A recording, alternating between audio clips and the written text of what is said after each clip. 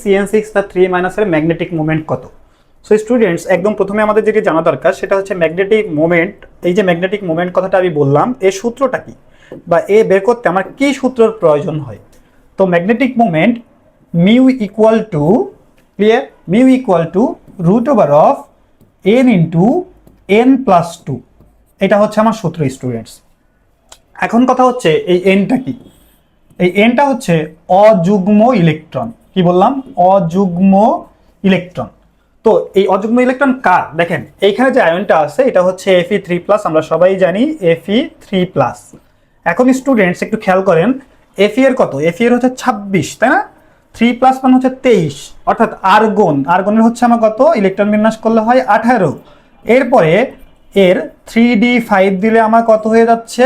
3d5 দিলে 18 আর 5 23, sorry 18 আর 5, হ্যাঁ 18 আর 5 23। তাহলে এই যে Fe3+ এর ইলেকট্রন বিন্যাসটা করে ফেললাম। এখন আমরা জানি কি জটিল যৌগ গঠনকালে, তাই না?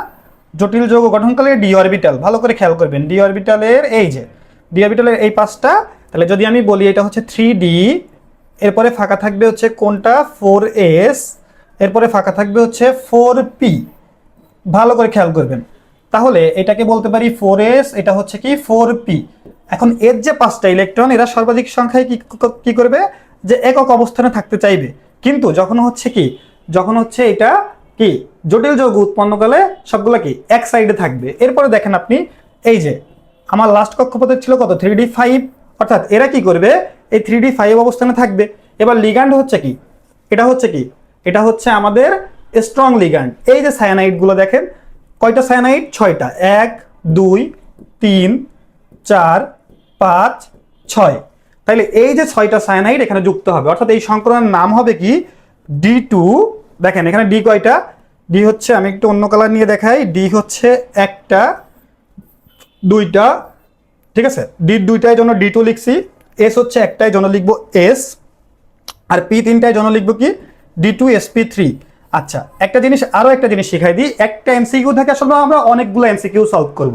তো D2sp3, এই ডি কে আমি কেন আগে লিখলাম? কারণ সায়ানাইড হচ্ছে স্ট্রং লিগ্যান্ড। স্ট্রং লিগ্যান্ডগুলোর ক্ষেত্রে আমরা কি ডি কে আগে রাখবো, আর যদি দুর্বল লিগ্যান্ড হইতো তাহলে আমরা sp3d2 বলতাম, ঠিক আছে?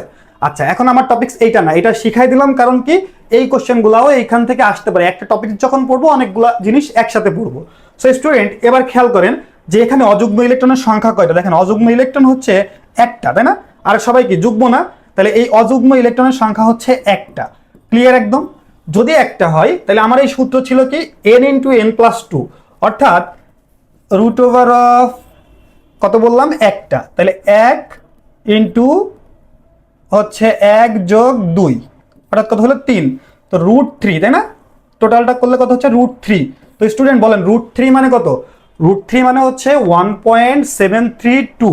তাইলে এই হচ্ছে আমার ম্যাগনেটিক মোমেন্ট বের করার ফুল প্রসিডিউর। আমি একটু বড় করে দেখাইলাম, যাদের বেসিক স্ট্রং তারা এই পর্যন্ত করলেই ক্লিয়ার হতে পারবে যে এখানে একটা অযুগ্ম ইলেকট্রন আছে এবং সেই অযুগ্ম ইলেকট্রনের মানটা হচ্ছে কি n ধরে জাস্ট সূত্রে বসাই দিলেই ম্যাগনেটিক মোমেন্টটা